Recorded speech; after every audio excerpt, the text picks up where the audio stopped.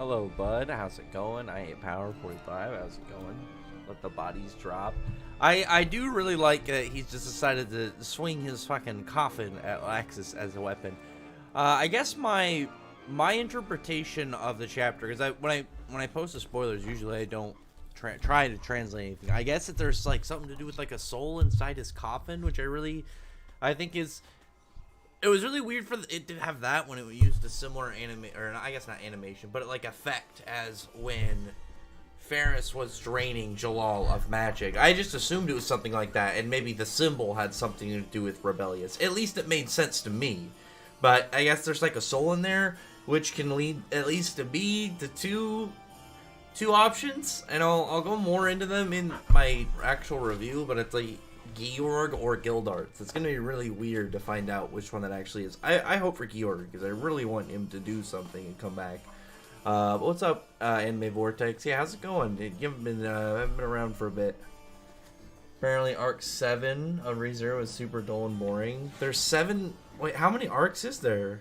I have no idea. I only have watched the first season and a half, I think. Was it coined Rational X? I don't remember. Somebody said it, and I just thought it was good.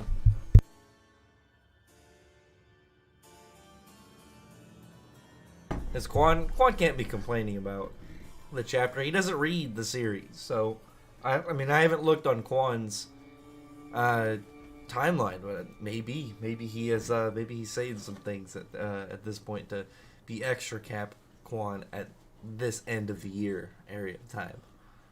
I wish there were people making Kieran fan art. I wish there was some fan art going on. I've seen some colorings, but I haven't seen like any fan art of this dude. He looks really sick. So does Suzaku. I'd love to see some Suzaku fan art. Kieran would be as well. You do some really cool ones to kind of like fit in like a Halloween vibe. Why are fairy designs so undeniably good? I mean, it just depends on the. I think it depends on the level of spread Mishima has to give the attention, and you can definitely kind of get like each of the Black Dragon Slayer Knight designs look really cool. I like all 4 of them, and I like I mentioned, I've genuinely liked all of Diablo's. That's one of the things I've really enjoyed about 100 Years Quest is this bad guy group, because we've seen like anything about Rebellious at all. For like an actual enemy group, and I guess I can't say bad guy because it's really more of a point of view, insides thing with, two guilds at odds, but we haven't seen anything of Rebellious, and as far as we know, each of the Dragon Gods are just gonna have their own little, their own grouping of sorts, like Elmina's small village worshipped, Mercephobia, and then with Alderaan, he had all these cities instead. But at the same time, it's like, I don't know. Either way, I am hyped to see exactly what's going to go on now with all these dudes and what's going on in the Doggermag Labyrinth and like where each of these battles is going to go. I don't think Haku's down. I really don't. Mishima didn't even have Celine pop in and say like, oh, that's -1 at the, near the end of the chapter. Could happen at the start of the next one. The thing though is, Haku clearly wasn't able to fight in his full capabilities against Wendy, because Wendy could just directly counter his ability to turn people into plushies. I don't know like how generally you would counter that outside of that. Maybe just kind of like overwhelming magic or something. Maybe there are ways to kind of like affect the technique that we don't know about yet, that we haven't seen visually countered. But with his whole setup, he obviously also didn't have the same level of like combat aggression towards Wendy as as what we saw Suzaku against like Natsu and Urza, or even as what Laxus has gotten from Kirin. So I definitely think that this is a odd matchup, so I don't really mind Haku losing. I think on top of that, there's even the fact that this is not a one elimination out kind of game. Clearly. Otherwise, it'd be weird to have Natsu and Lucy out like a chapter in. I think they're going to be able to get back up, rejoin the competition, and keep going. If Haku fights anybody else, I think he'll just do much better. He won't have to deal with the fact of, with the fact of him having a crush on them, I would assume. But We could even have him have a different counter, like Gajil. Maybe Gajil going into his shadow, into that shadow realm, has the effect of Haku's ability wear off, and then he can fight Haku instead. And all he has to do is keep popping into the shadow. And maybe Gajil's thing could be like a higher end version of Iron Shadow Dragon. I don't know, or maybe just a higher end version of his forms in general. You know, there's definitely a lot of options, but we'll see. Oh, that's just a lot of Arcs 3-0. I don't know about that. I barely got past the first season. How do you think Full Power Irene August stack up to the Dark Dragon Slayer Knights? Personally, I think either Irene or August could beat human form Selene, but not Dragon Selene. Because there's a huge difference between what we saw from Selene in like her full power, and then like where you actually kind of like would place her towards people like August or Irene. I think it would make sense of Irene, who was able to contend a tiny bit with a not so serious Acnologia, and then we're seeing like where areas of a not so serious Selene is at. But then when we see Acnologia and Selene both get like kill intent, it's like instantaneous.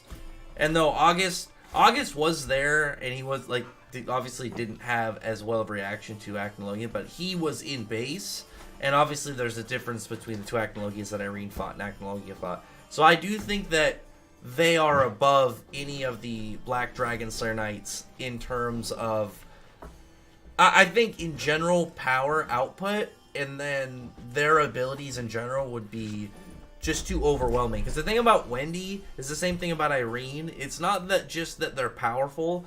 Their magic is just so flexible. It would just be super hard to deal with. It would be super hard to deal with a magic that she could literally just work around anything. Any object she can put magic in. She can enchant it in all these different ways. And that's just a busted magic that is so universally viable that you can have situations where, say, even if one of them was stronger than Irene could beat them by just being smarter than they are and just tactically setting something up and then beating them that way. So there's an odd kind of like estimation area when it comes to Irene and August, because you know those were the two outliers in the Spriggan 12 that were way above the rest. Larcade we can't gauge as much because I guess he's just stronger than the other 10. But he's not, or I guess the other 9 rather, but he's not as powerful as August or Irene. I think that was very obvious. Like, he got some hype, but nothing he ever did was at the same caliber as what Irene and August were, like, doing on the regular. Personal favorite manga of 2021? I mean, 100 Years Quest had Ellen Tears battles with, like, development for, like, with Lucy, Gray. We had some new stuff with Urza. We had the stuff between Haku, and Wendy, Kieran, Laxus.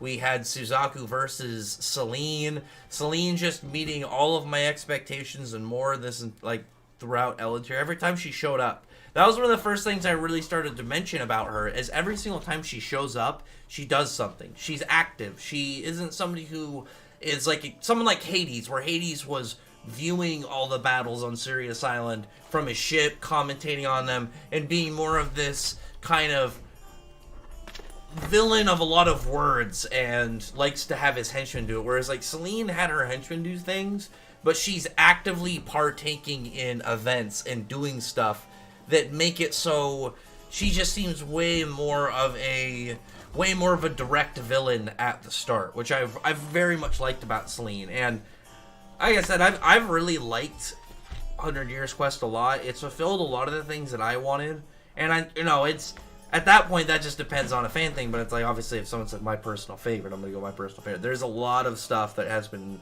set up and done in 100 Years Quest that I really was hoping for.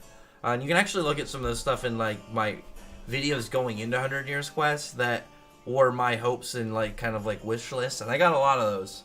So, I've been treated very well this year with that story. Like, Black Clover had some parts that were super hyped too. What else was I reading this year? Rekka Ragnarok was really hyped this year. Kaiji number 8 was really hyped. Eden Zero.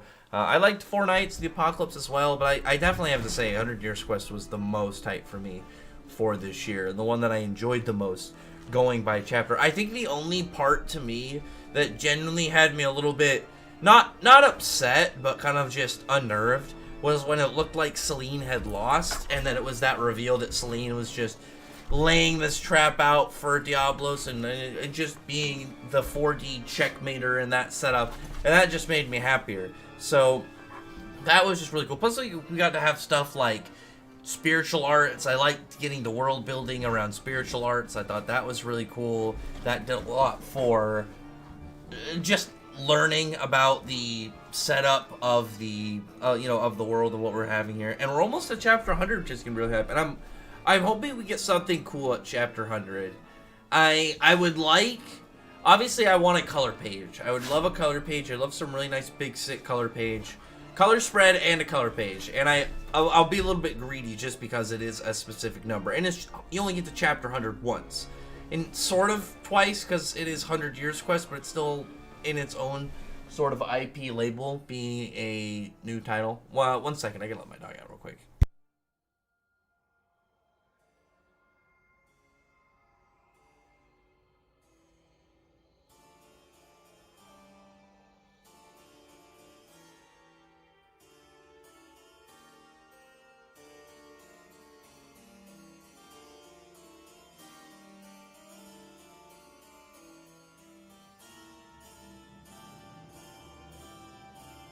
Anyway, let me stop going on rants and actually read the chat. Have you been, Rex? How was your year in general? Oh, it was pretty fair.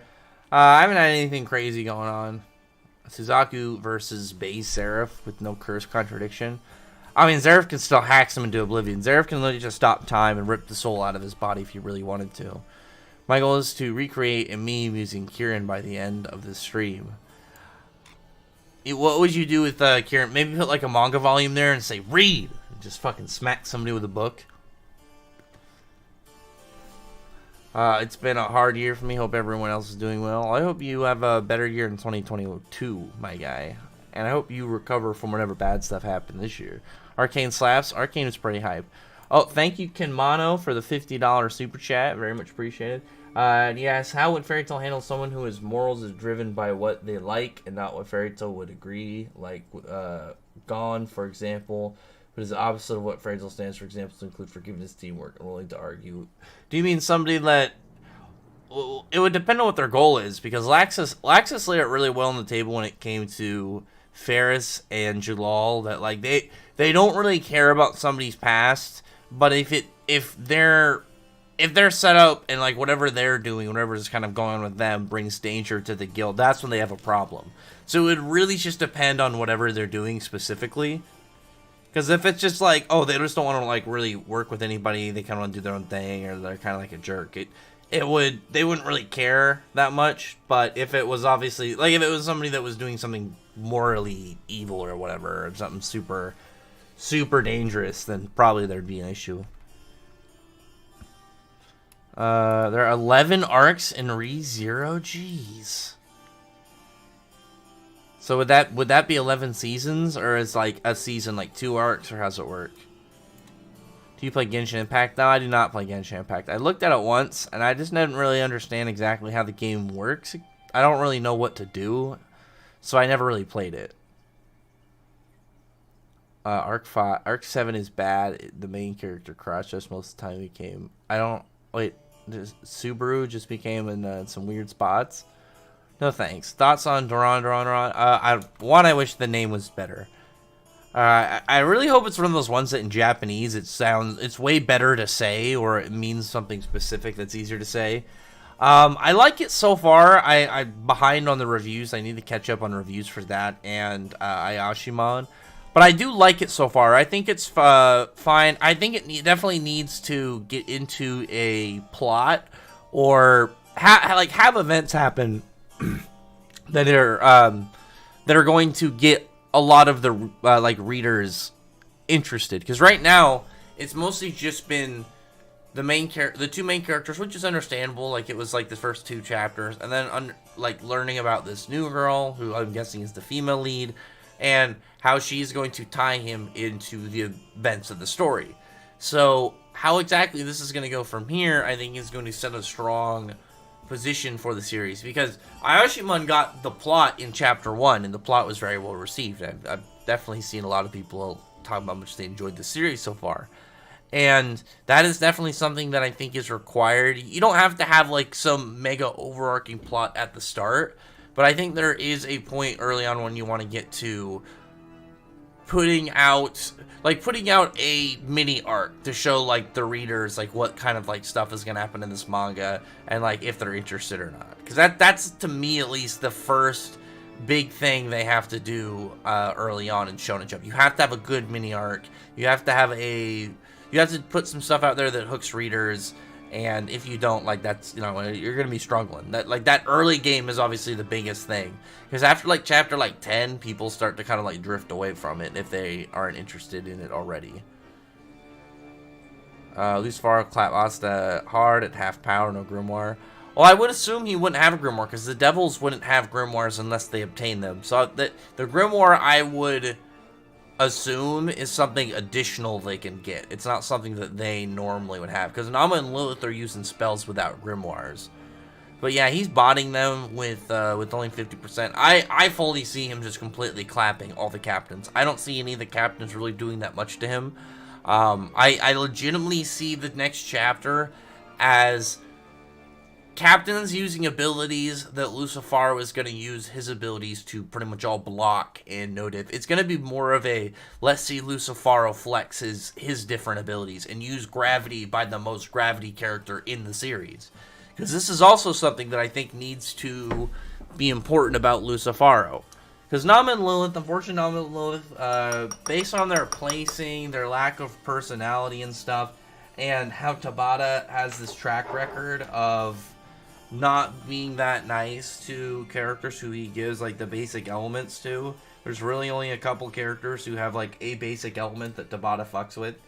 And when it comes to Lucifero has gravity. And Lucifero does not only have gravity, like I said, he is the, I would assume, oldest, most powerful, most experienced gravity user in Black Clover ever. So he should be a master of it. He should be able to do some wild abilities with it. Obviously, there still has to be some form of limitations and setup and ruling to not make him unstoppable. But you just have to keep in mind, like, he has to be able to do absurd things with his abilities. Like, it would make sense if it was revealed that Dante only was able to do things like teleport, warp space using gravity, and make singularities, only because Lucifero already figured out how to do it. But at the same time, like, it would just be weird to only give Lucifero those abilities, but maybe just slightly bigger. I really want to know what Tabata's going to do with him to kind of, like, put him in his position, but not make him too much. Because if he makes him too much, it's going to be like, well, how are they going to beat him? What are they going to do? Obviously, he's only at 50%. He's only half manifested. But it's still something that we're going to have to wait to really get a feel on. Because this is one of the biggest bosses, like, set up in the whole series. So this guy has to be able to really flex on people. There's one thing Rax is good at, it's talking. Yes, it's a skill and a curse. Is Irene a dragon slayer or a dragon with dragon slaying magic? She is a dragon slayer that turned into a dragon. So in these matchups, Irene versus Capella Emeralda. I don't know who these characters are. On target, Rax Tangent 3 videos. That's pretty much how it goes. I'd rather Rax go in depth in chat comments and neglect 80% of the chat like Josuke does. Well, the thing is, like, Josuke has, like, a show, and he's got all these people on, and obviously, like, it can get easily lost in a conversation. So it's way different when it's one-on-one, like, I guess not one-on-one, but, like, just the one person in the chat or versus a group in the chat. Because I usually tell the people in, like, my streams where I have, like, multiple people on Dyke, just so you know, we're going to be talking more than looking at the chat, but I will look at the chat. But this is obviously not that. This is a, hello, chat. I'm here to talk to you guys and see how you're all doing today and see what questions you guys got. Selena's best villain. Selena was definitely my favorite antagonist of the year. Selena's just so, like, I mentioned before, like, if you told me to write two, like, OP dragon characters going into this arc, if I did a male dragon, I would want to do way more of, like, a kind of like a Guts kind of personality, kind of like this much more cold badass. But if it was a female, I would definitely want to do a. She's so OP, she does whatever she wants, and that's what Selene turned into, and I was so happy about that. And then, like, on top of that, Selene's just been performing really well. Like I've said, every time she's active, she's moving plot along, she's moving parts in the story along, she's moving pieces on the board around. She's just doing a lot to keep the story interesting and to keep events fresh and, like, plot twists going on, and that's what's just been really cool. And I really like that about Selene. And her designs are really cool. She's, got a lot of sick feats flexing on people. She's got a lot of lore potential. There's a lot that just clearly can come from her that's just been really cool. Do you think Wendy is now above Laxus?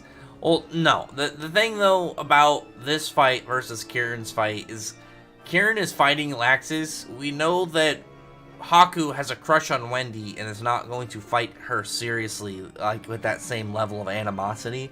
And on top of that, Wendy is already able to counteract abilities that he has.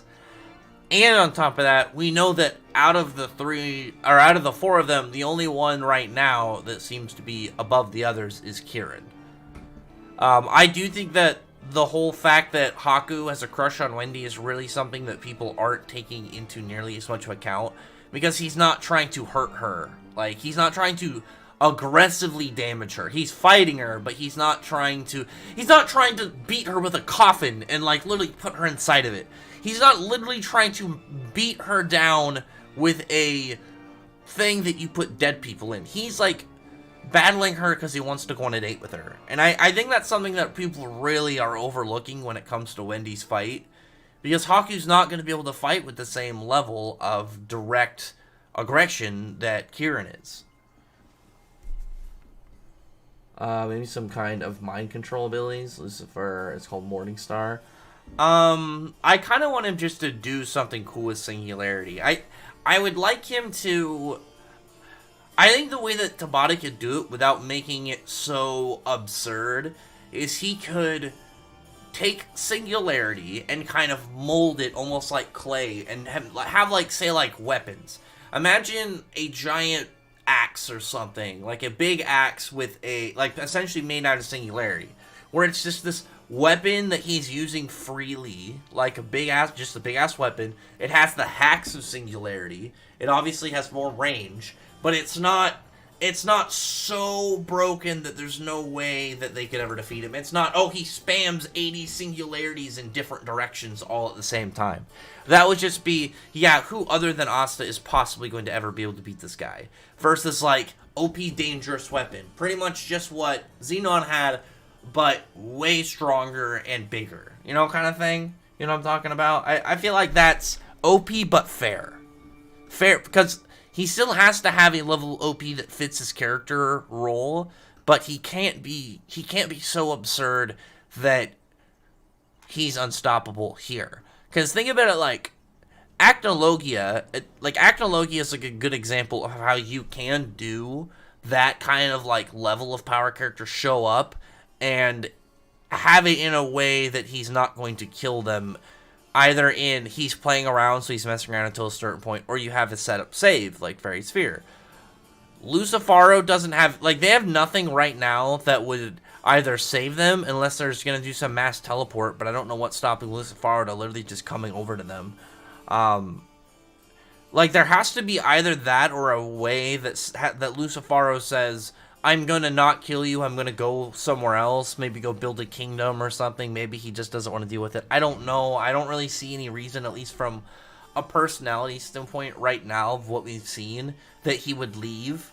It might be, like, the only way I could really see something is if it takes all of the cast, they wound him and have to leave, and he's like, oh, I'll come back, X amount of time, then I'll heal my wounds and I'll return, sort of thing.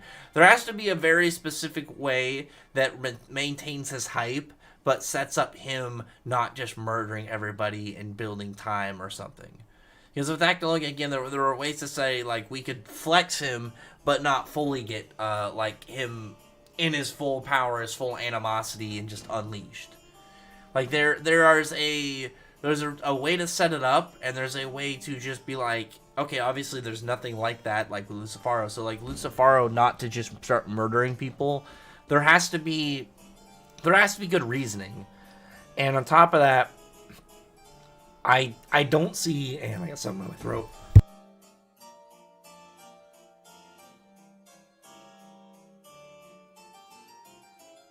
My throat gets randomly congested, like every few days throughout this point of the year, every 3 days in the winter. It'll just be fine, and then for like a day or so, just get horrible. But yeah, there's a lot of stuff going on right now, Lucifero. I think it's going to, like, Tabata's gonna have to have very good reasons why Lucifero isn't going to just start murdering captains the second he gets the opportunity to. For some reason, he doesn't want to do it. He could build a reason. I could see something maybe that he does with maybe his character to maybe give him like a side that we didn't expect.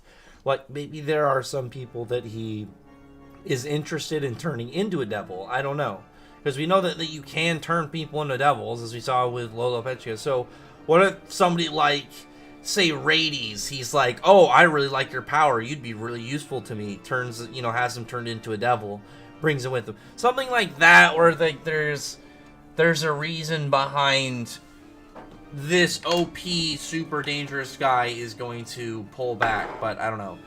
What's up though, bud? Though I see your comment. Hello, my guy. Wendy using Skydrill named after High Enchantress. I know she's definitely up there, so she's. I wonder what the gap, though, between training when she gets to Master Enchantress. It's just that when Josuke goes into tangents, he gets to read and reads the comments he missed. I mean, he gives him time. He's got his thing. We're talking about two different Joes. Currently playing Xenoblade Chronicles. We're talking about two different Josuke's. Who else is talking about Josuke? Selena's good because of her world building. She's done a lot. Like, Selena's just done a lot for everything. I don't think she's slacked on anything.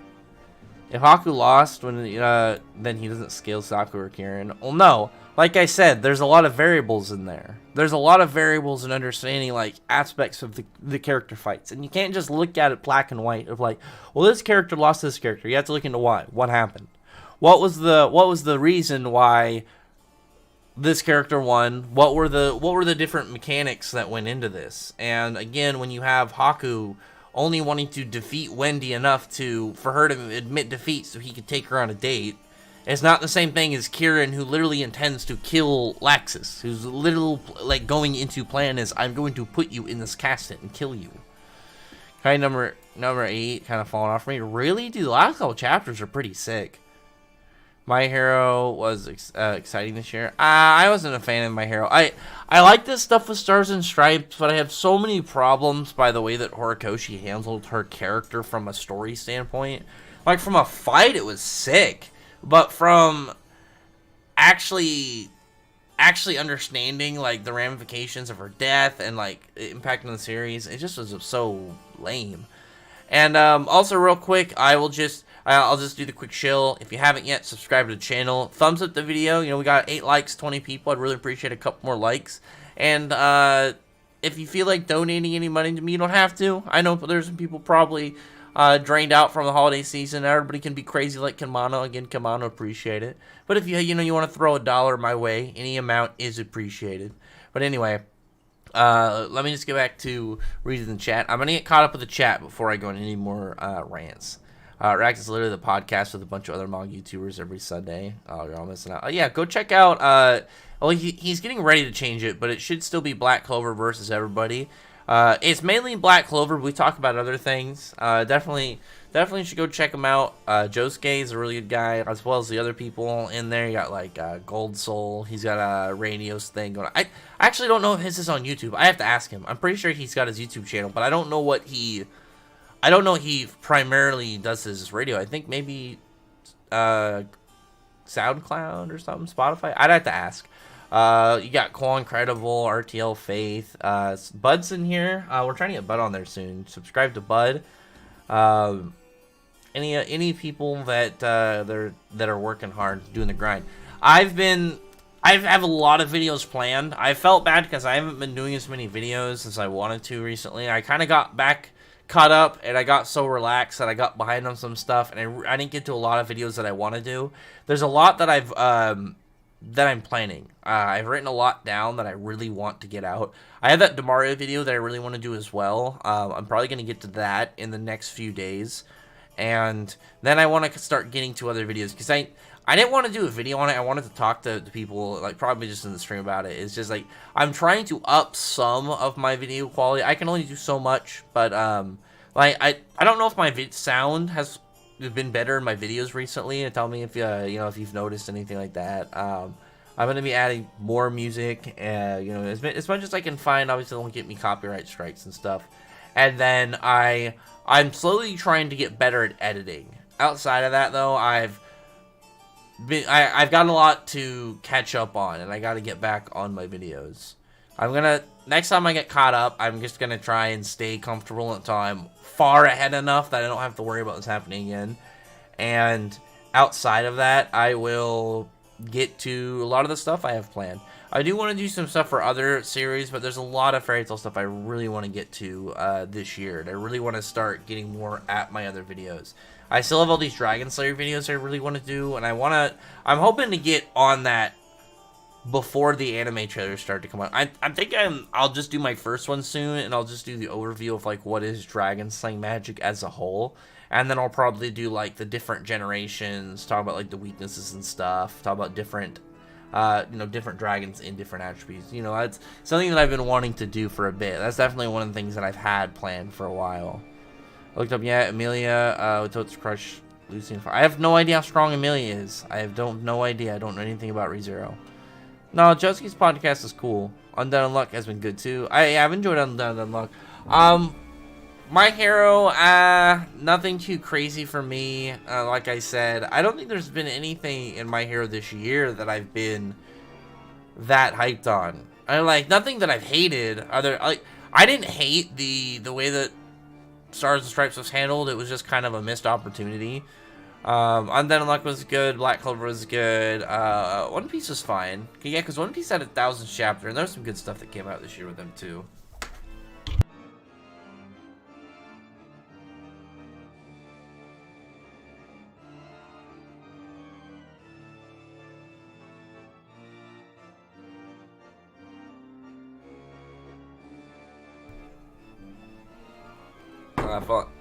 Finally got my counter notification to go through. I won't get my shit back. Oh yeah, did you get a copyright strike? I saw that you had a video going on about, like, your Lucifero stuff, and then you had like 4,000 something views, and then you got a copyright strike or something. That sucks. So who struck your video? I've been keeping up with My Hero. Let's definitely check out some of the new series. What's up, Gino Jace? How you doing, man? Forgiveness is not Fairy Tail Motto. It just depends on what it is. My Hero had its ups and downs. My favorite moment was Deku versus Class 1A. I wasn't a huge fan of that one because it was too short. I really would have enjoyed, like, a battle. Like, I get that it wasn't going to be, like, a bloodbath, but I really wanted it to be, like, Deku having to actually fight back against them. Because, like, the weird thing right now with it is, like, they want to help, but it's like, it wasn't nearly as much of a scene of them doing what, like, demonstrating their abilities. Like, we can fight, we can do these things. Because, like, Deku was tired. Because if it's, like, Deku at full power is defeated, you know, all these guys are able to defeat him, it's like, okay, cool. And it's like, okay, well, they could do it with things like, you know, extra teamwork and do, you know, ways to overcome him. But it was done in just, like, a short way that I get was done more for the emotional side of things.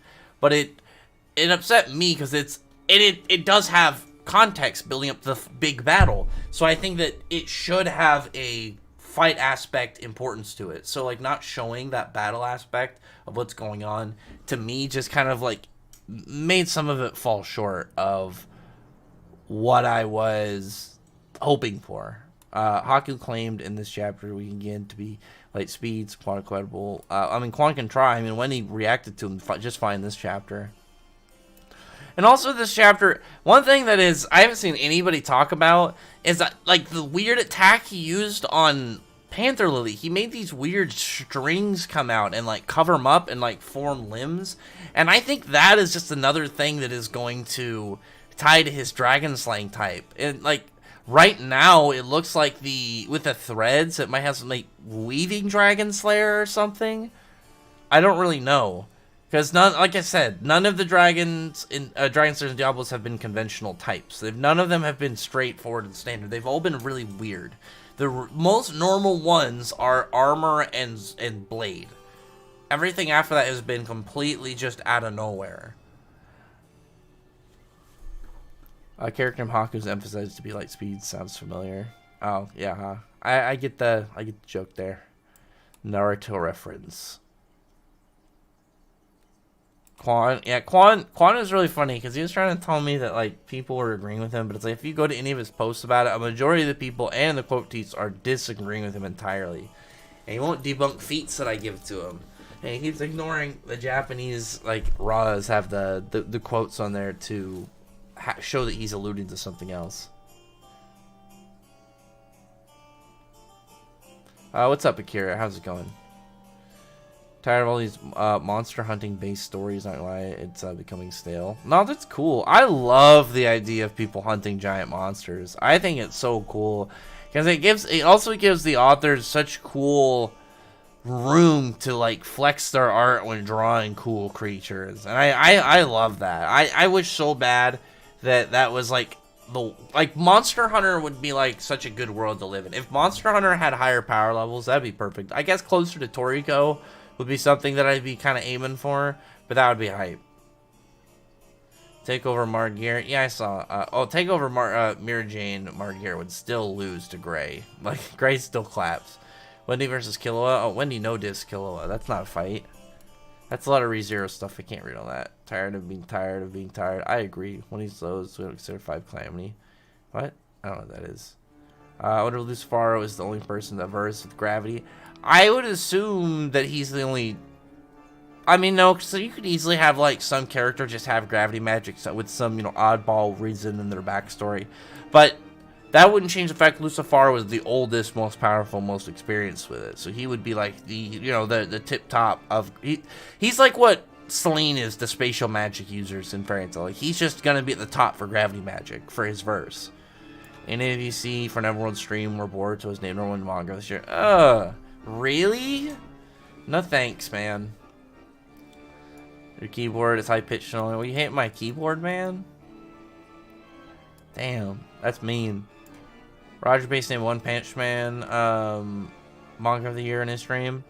I mean, that's fine. I actually thought one thing I really liked with One Punch Man this year was that reveal a couple chapters ago, that big dude on the moon. I won't spoil it, but yeah, I mean, I would definitely say for me, 100 Years, like Fairy Tail 100 Years Quest was definitely mine for the year. I feel like most people can guess that just knowing me, but it's like I really liked a lot of this stuff.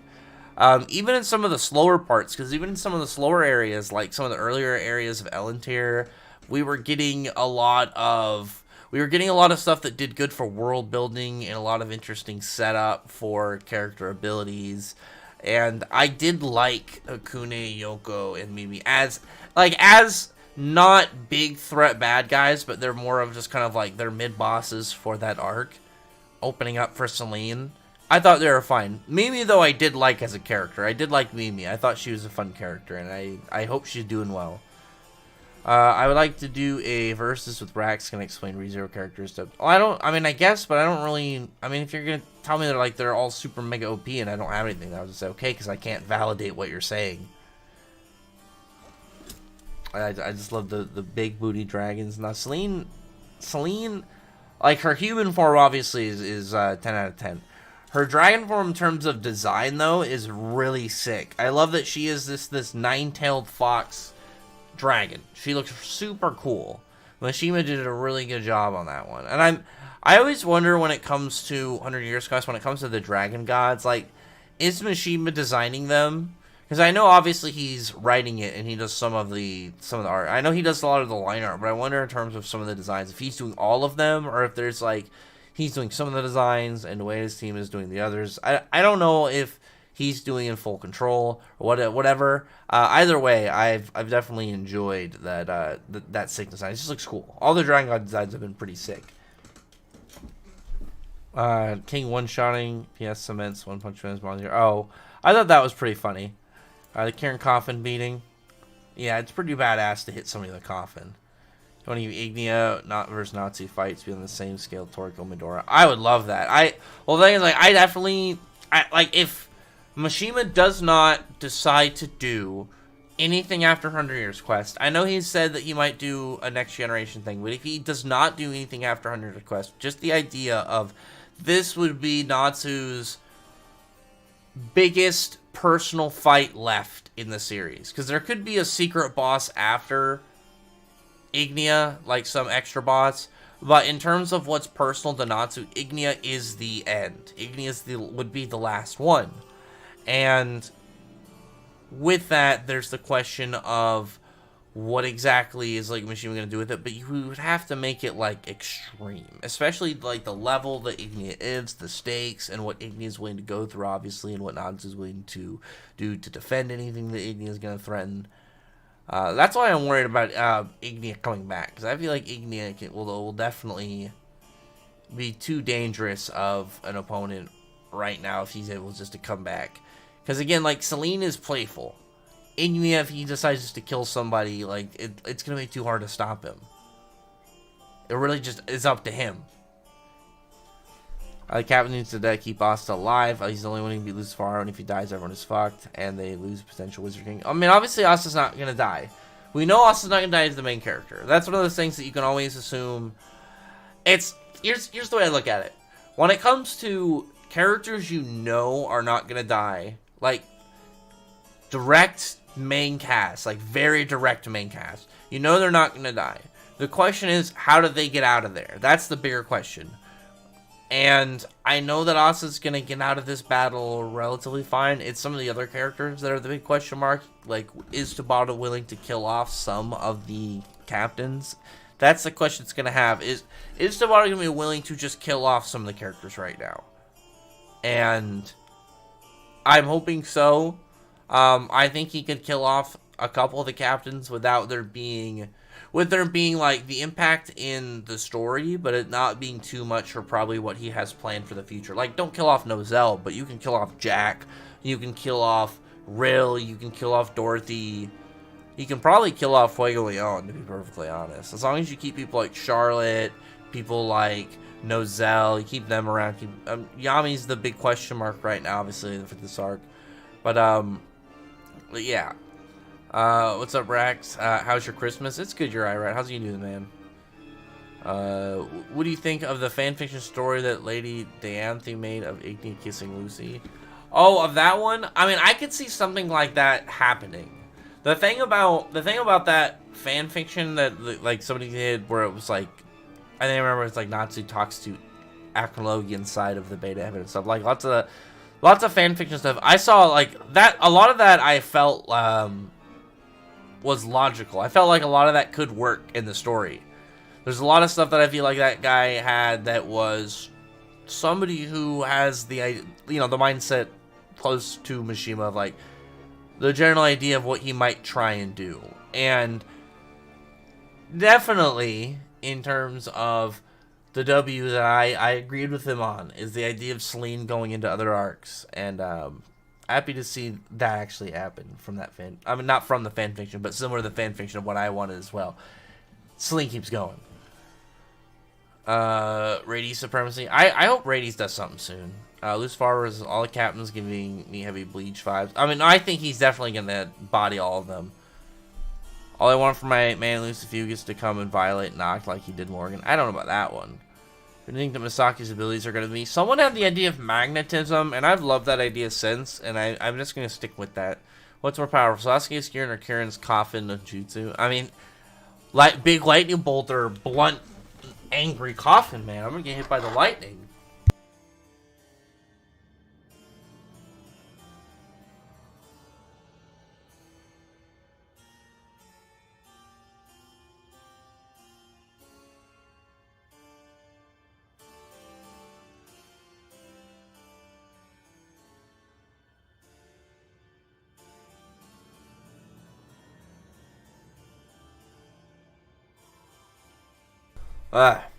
Yeah, that's it.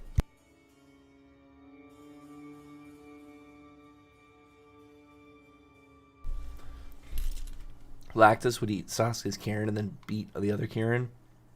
I mean, I wonder how much a boost that would actually give him. Because I don't think it'd be powerful enough. I mean, I guess it would depend, because, like, there's a... Like, current Sasuke using Kirin would be way crazier than, you know, when you use it against Itachi. But I guess, like, current Sasuke would probably be able to do it. Because that would have to be a really big boost.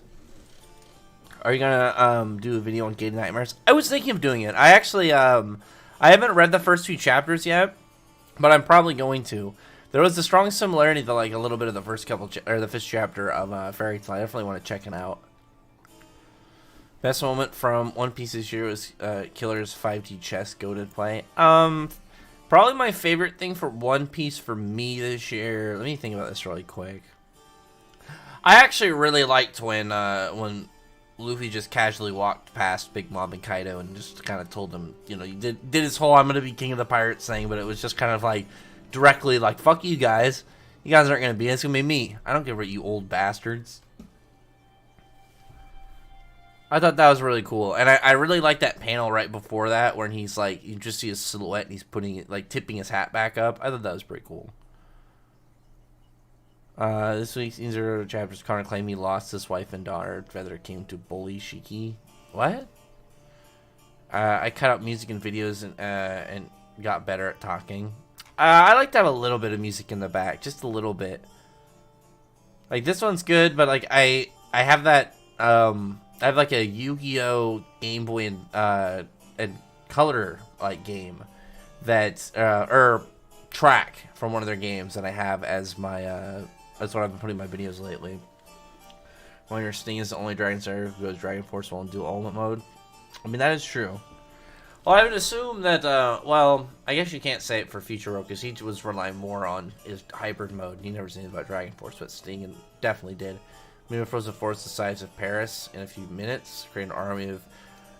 that just sounds like, what, like country level? I mean, Lucy's at least continental right now to multi-continental for beating Mimi.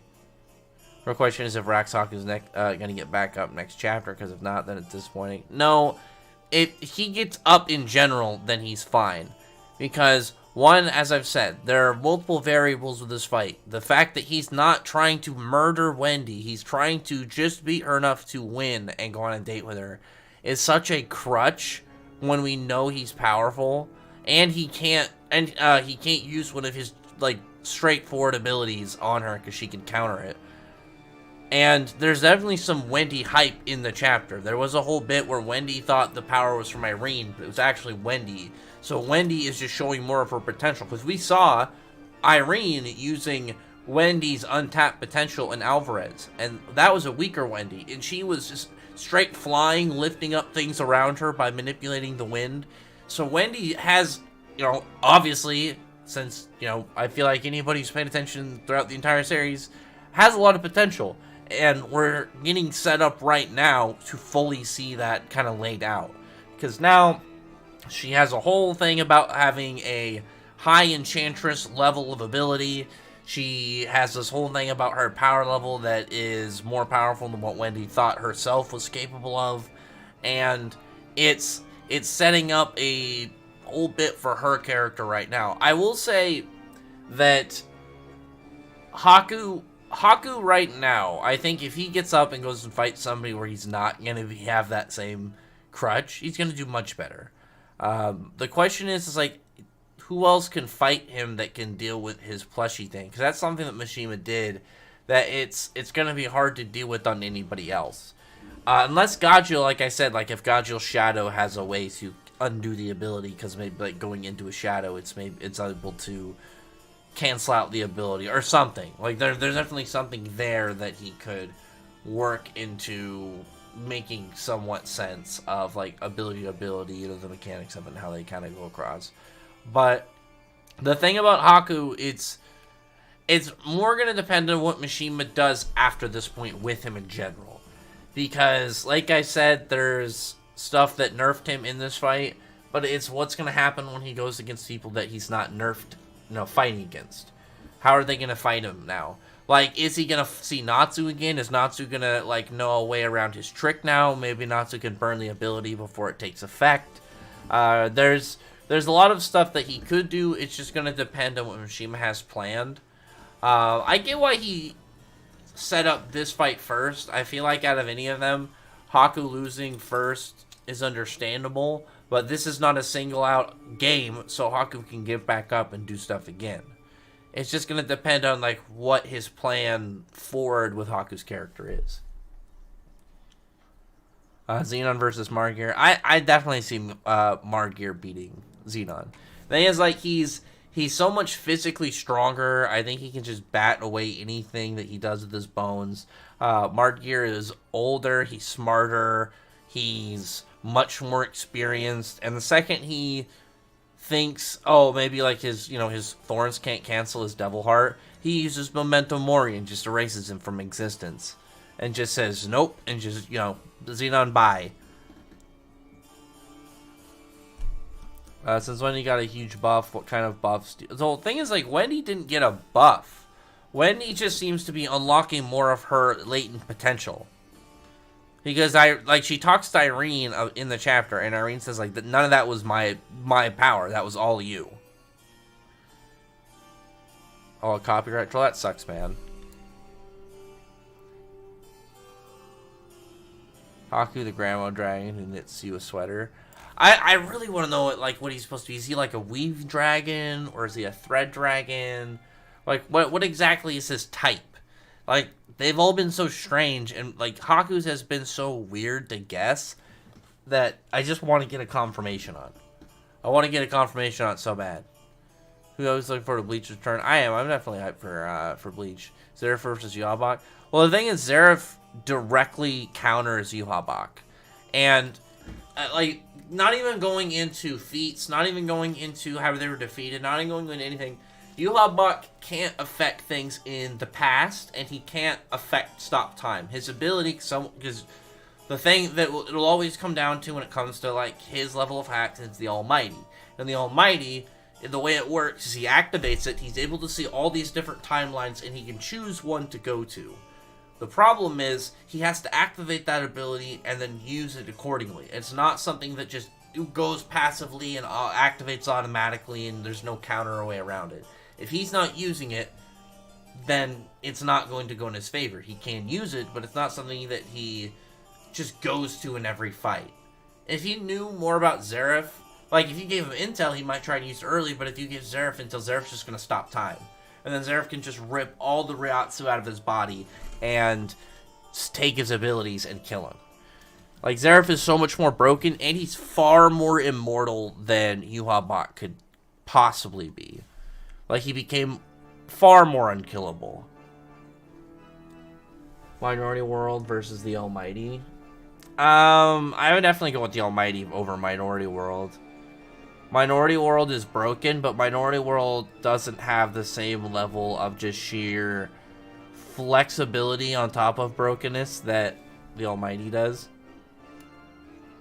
Can you link to Rax's Discord? Yeah. Let me drop my Discord link because I've forgotten to do it. 18,000 times I've forgotten to link my Discord. Let me go here. Here you go. For anyone who wants to join, there's the Discord link. If you want to talk to me, sometimes I get sidetracked and I forget to talk in the Discord, but I always come back around to come chat.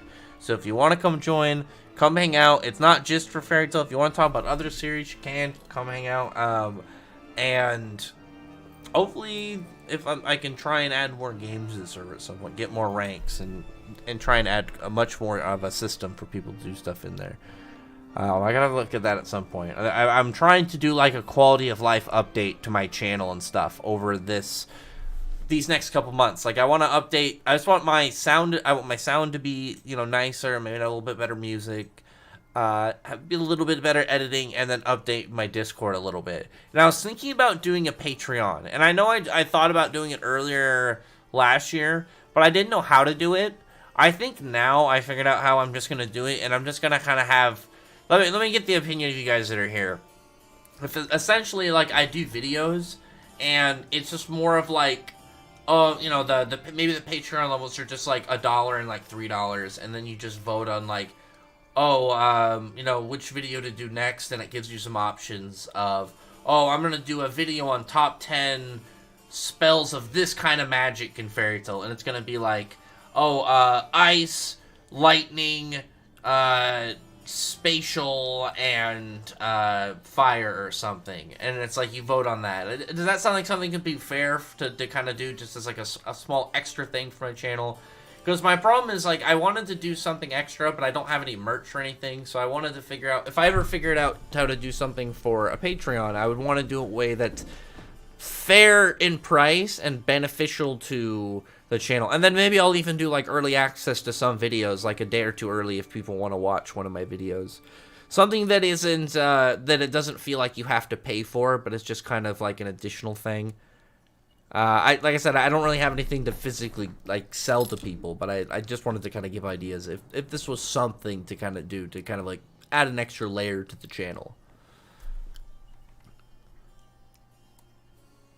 I want to see Rimu, Kiaru, Ritas, and just pull up Fairy Tail. I don't think they want to hang out with Kiaru. I think Kiaru is somebody that they would definitely, have put away. I don't think most people would want to hang out with him.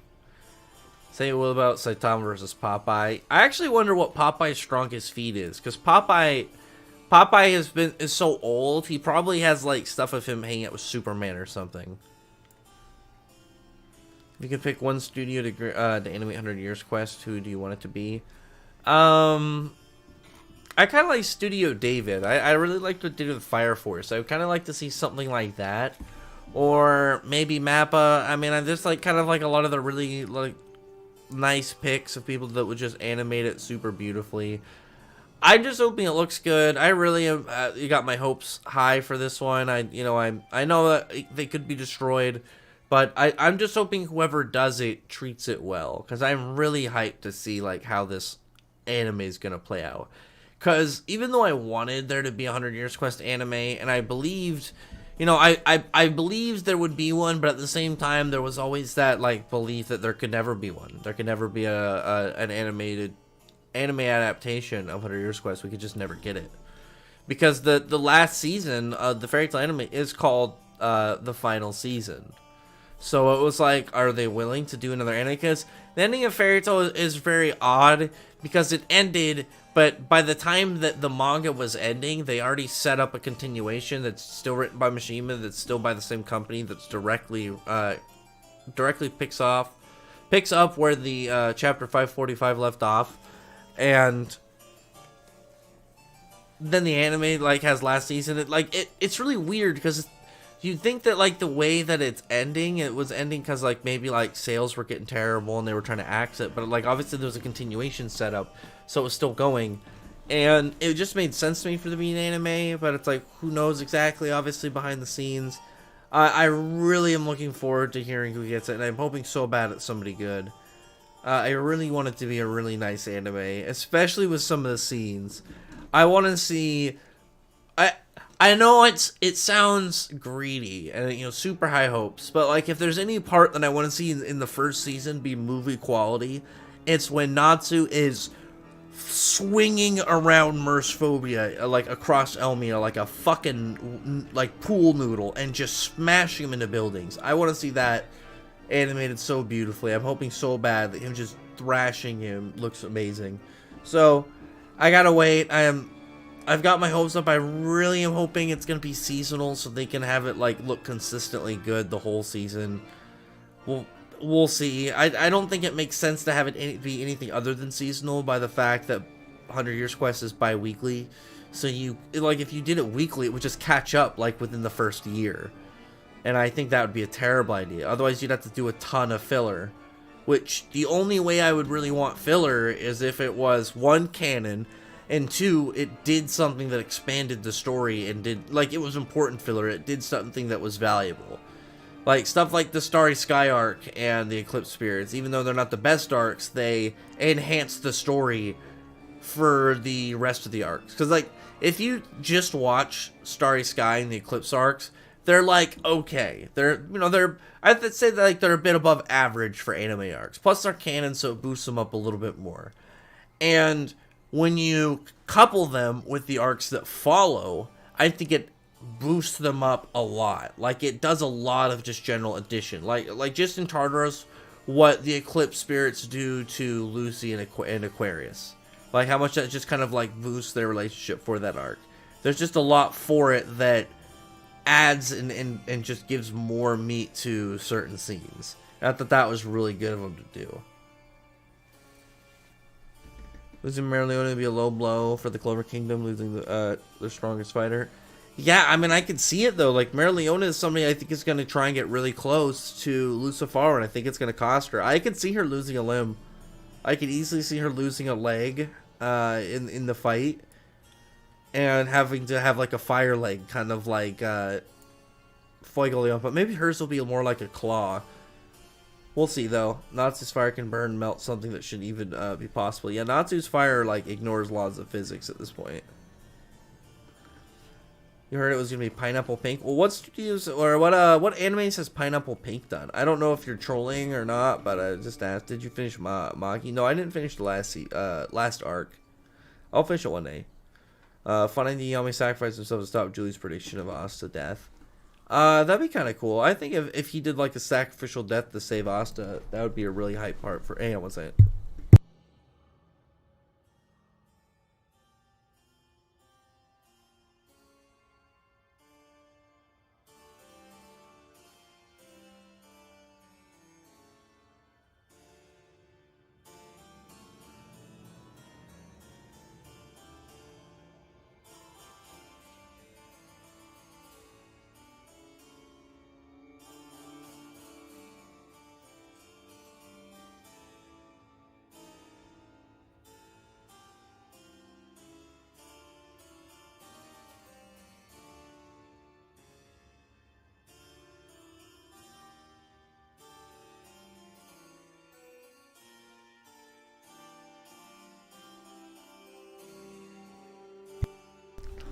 Let me see. Studio shows that small children are weak to flying coffins. Lax isn't small. Lax isn't a child. Laxus is like in his mid-20s. It's possible possible that Wendy didn't react to Haku's speed because he was aiming for Irene. That besides her, so Wendy thought it was a miss. That'd be kind of cool if it's like a targeted ability. Like, he just dashes at a specific person with his, like, the effect or something. Or maybe Wendy's just buffed her speed and made herself faster. There's a couple options, but it's gonna entirely depend on, I think, what his Slayer type is. And that's one of the things I'm wanting to get from both, for all of them. Oh, I just popped the screw out of my chair. I'll have to fix that at some point after this. And, like, it just barely holds together, and just one screw will pop out, and it'll come off the rail. I'll fix it. Haku's light speed, just like Haku from Naruto. I mean, yeah, that was another one that was, like, an inconsistency, but, like, that was inconsistent for speeds at the time, versus, like, this is way lower than current speeds. In case you haven't heard, Kawaki got his Karma Seal back. I mean, so, I don't really know what that does for the story. I don't really care. Popeye's strongest feat, probably, the time he beat up the author. That's some meta. Who's the strongest death battle combatants? Probably just like Marvel and DC people. What actually is, like, in terms of like physical strength? Does he ever like got something like He-Man where he's pushed the moon? Strongest version of Ichigo that Wendy can beat? I'm not looking to argue with Bleach people right today. Like, the potential of, like, what Wendy could do to Ichigo is weird. Because Wendy could potentially separate her Zanpakuto spirit from the sword. Like, there's a lot of weird stuff that Wendy could do, and I really don't want to get into the specifics. But I mean, like, if Wendy hits, like, Ichigo with, like, what she just hit Aqua with, I don't know if he's nanoback up. Like, what if Wendy gets to the point where she can just enchant somebody's sword? Like, imagine somebody like Zoro, or who has 3 swords, and Wendy gets to the point where she can enchant those into people like Irene could, and just turns them into people. Like, somebody like Irene, and eventually somebody like Wendy could just say, like, to any swordsman, just say, nope, I'm gonna turn your weapon literally into somebody that's gonna attack you, and just send that right in. Hope Knots vs. Water Dragon, gotta be longer. That'd be pretty hype.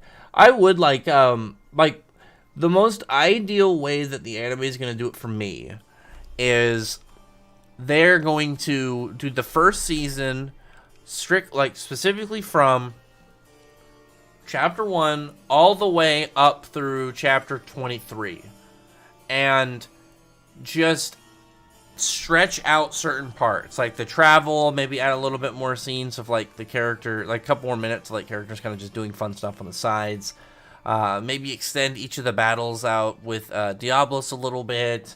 Maybe have some more scenes of them talking to Mercephobia, learning a little bit more about Mercephobia's past, and then again, like expanding some of the fights. I'm up for all of that. I want them to essentially take the arc and just stretch the whole thing out a little bit, but in areas that benefit it. Not like we're gonna have a 10-minute scene where it's like they joke around with the little jellyfish things that they met on the road that were like jumped into Lucy and Natsu's mouths. Something that actually does a little bit of plus to something, world building, character background. Maybe we see some setup for new attacks or something. Maybe we see them training along the way. I think that would be really cool. There's a lot that they could just kind of pop in there for little extra slides to add some extra chunks of meat into what's going on. Man, I get the Popeye jokes, but I just want to know what Popeye's actual feats are. If somebody actually wanted to show me a crazy thing Popeye does. I don't always agree with your opinions. I really like how you're one the few dedicated fairy tale YouTubers praise and analyze the series properly. What opinions don't you like? I have good opinions. I'm a fair guy. Haku isn't down for good. I don't think so. I don't think this is an arc designed for characters to go down and then just be done for the whole time. The only way I can see a character being done is if they use all of their magic and they're physically exhausted to the point where they're just wrecked. They can't get up. They have to pretty much physically regain stamina and undo any fatigue, and they have to regain magic. So the only way they can get back up is pretty much rest or eating their attribute. Everybody else I expect to pretty much get up after a short while. They are dragon slayers. They are very malleable and very versatile fighter. Then they have a very high level of just rest and regen that they can get back in a fight. So I expect to see a lot of them just continuously fighting.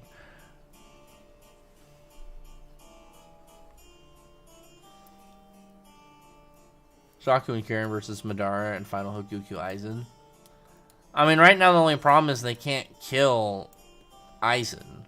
They will completely just run through him in terms of just speed and attacks, but they can't kill Aizen. I guess they could literally just pulverize him into the dirt, but I don't know exactly how that's gonna fully play out. Madara's gonna get cut real fast.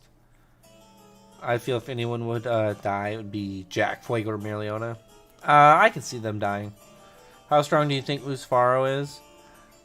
I hope that he's able to affect the whole country. I want him to be able to be a direct threat to the country. I want that to be stated very soon as he started to be in there. When they say that he was the country be destroyed, I want it to literally be he could potentially destroy the country. Or the continent, rather. He could potentially be a direct threat to the whole area that all four kingdoms are on. Because anything beyond this would need to expand beyond what we know about the Black Clover world. And it would make sense if Lucifero is the threat to end, potentially end the known, part of the world. At least, I would assume.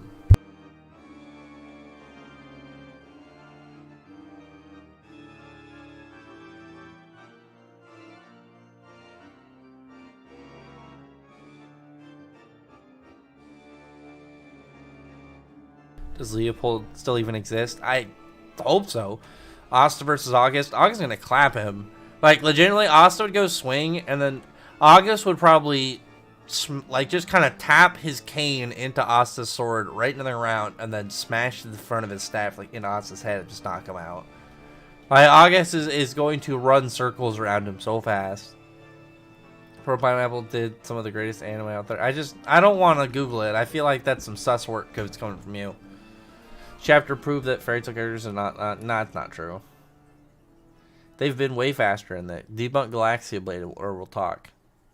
Voice actor I chose for my main character and rival are the Japanese voice actors of Langris and Roxas respectively. I like Roxas voice actor a lot. Can Sting dodge his own light? Yeah.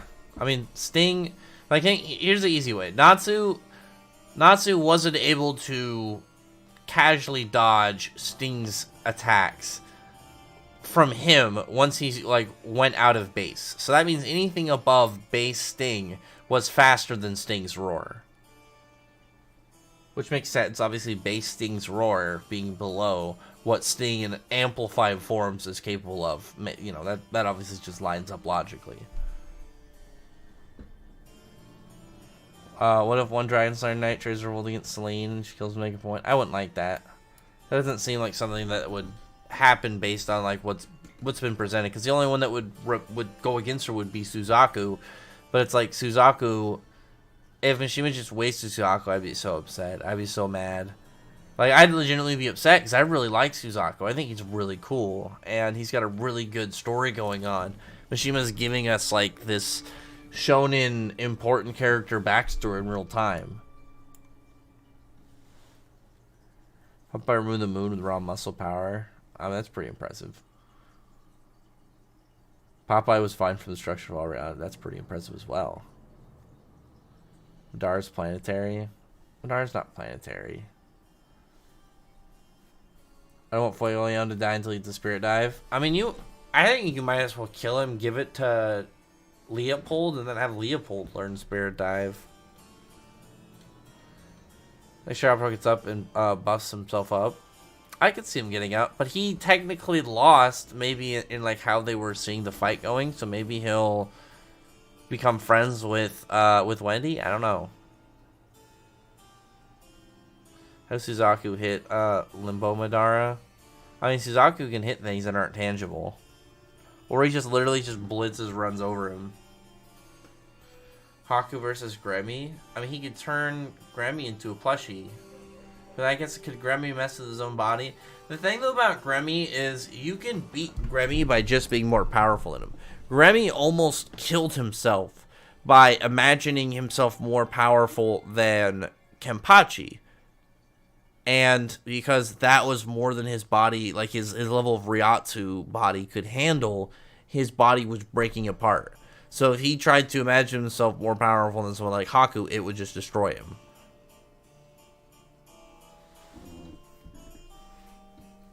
What awesome at a dragon with no magic and got anti-dragon slayer magic.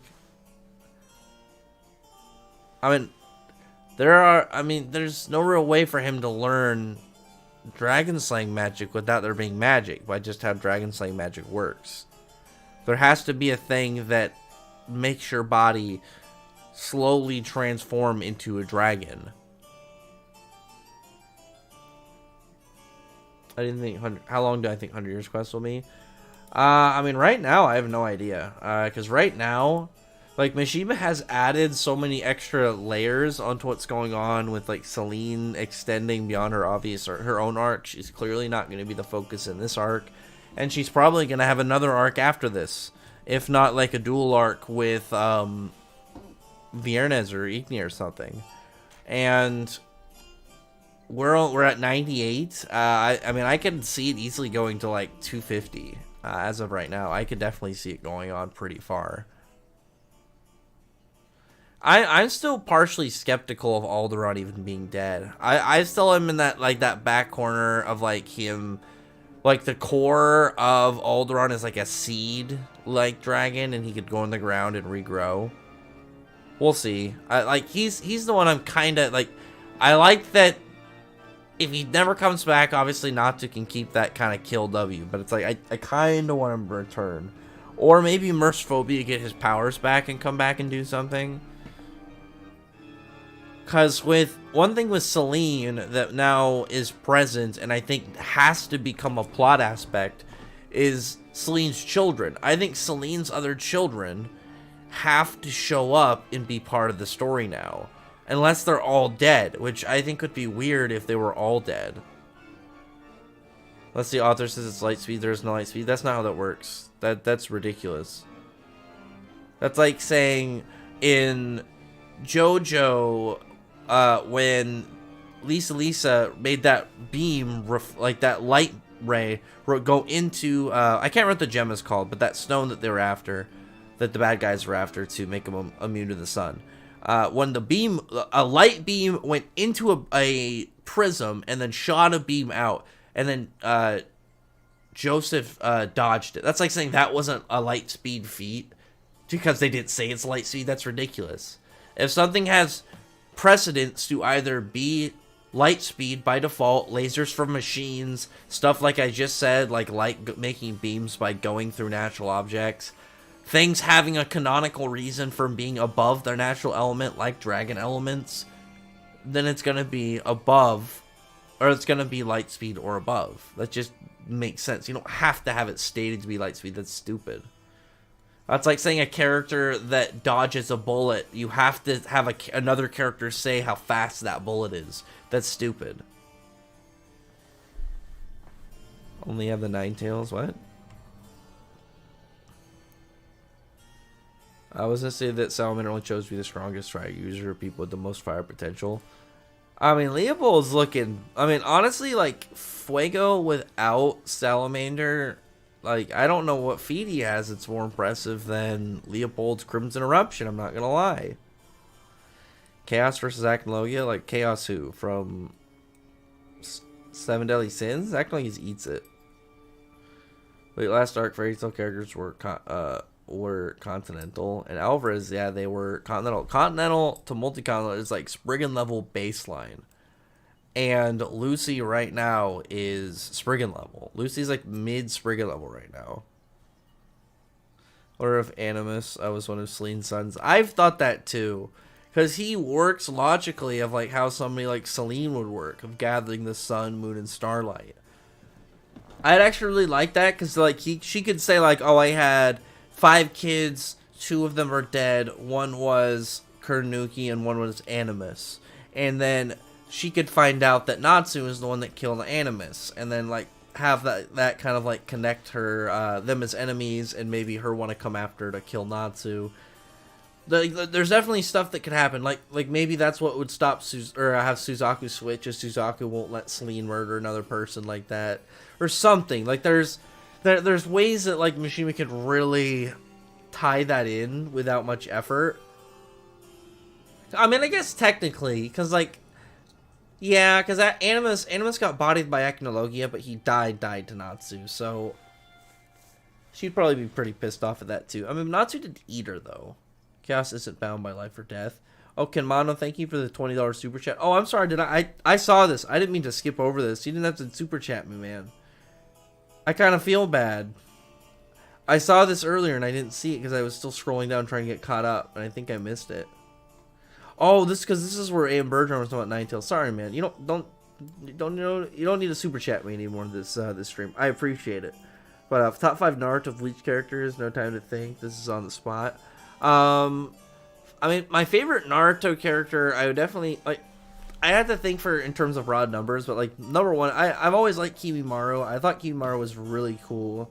He's definitely one of my favorites. I liked Sasori. I thought Sasori was pretty cool.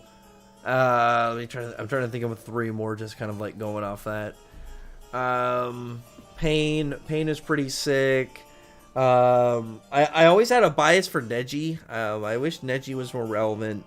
And then I'd probably just say maybe Naruto. I think Naruto's like a good easy pick because like Naruto's just cool, just a cool dude in general.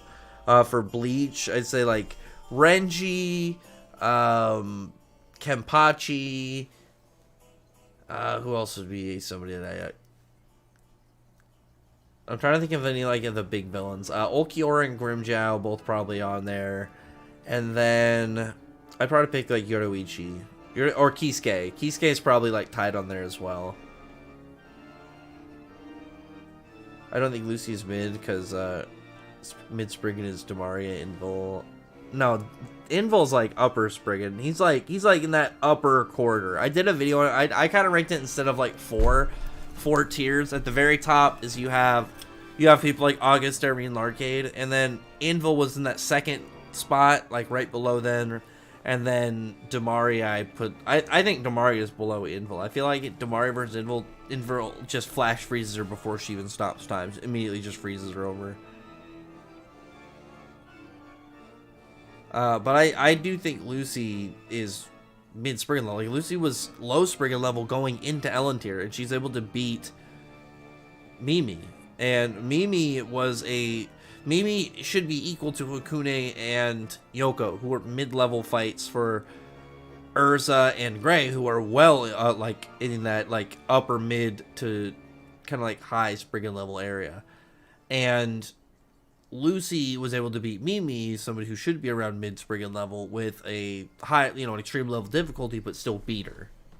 So Lucy should be at that same kind of area. Literally first arc had waves, Sasuke dodged light moving Haku.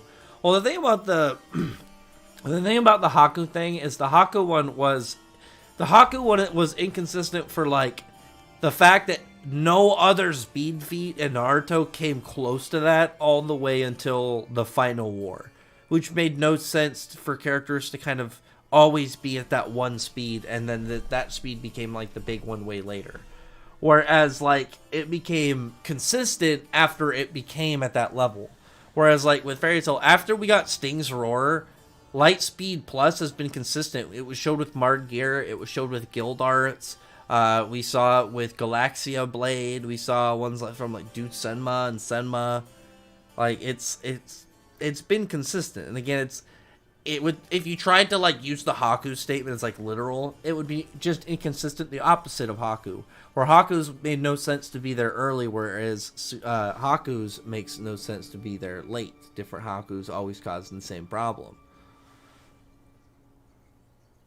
Swing for the reveal, one of the names of Dragon Slayer Knight's Magic. I know, I really am hoping that they hurry up. Best takeover?